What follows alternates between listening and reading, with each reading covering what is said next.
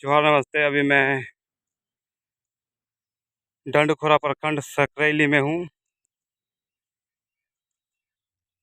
और यहाँ देख रहे हैं आप, यह है बियर की बोतल।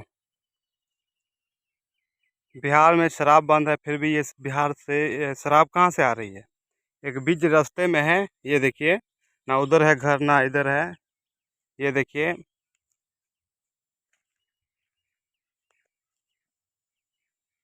और आप देख सकते हैं कितना बोतल है बियर का। 2 4 6 2 8 बोतल है। देखिए, बिहार में शराब बंद है, लेकिन शराब कहाँ से आ रही है? आप सोचने वाली बात है। और देखिए, इस वीडियो को ज़्यादा से ज़्यादा शेयर करें। बिहार सरकार क्या कर रही है? शराब बंद पर वोट लेने की कोशिश कर रहा है, लेकिन शराब बंद नहीं हो रहा है। आप देख सकते हैं, ये शराब का बोतल, ये सब पिया हुआ है। देखो,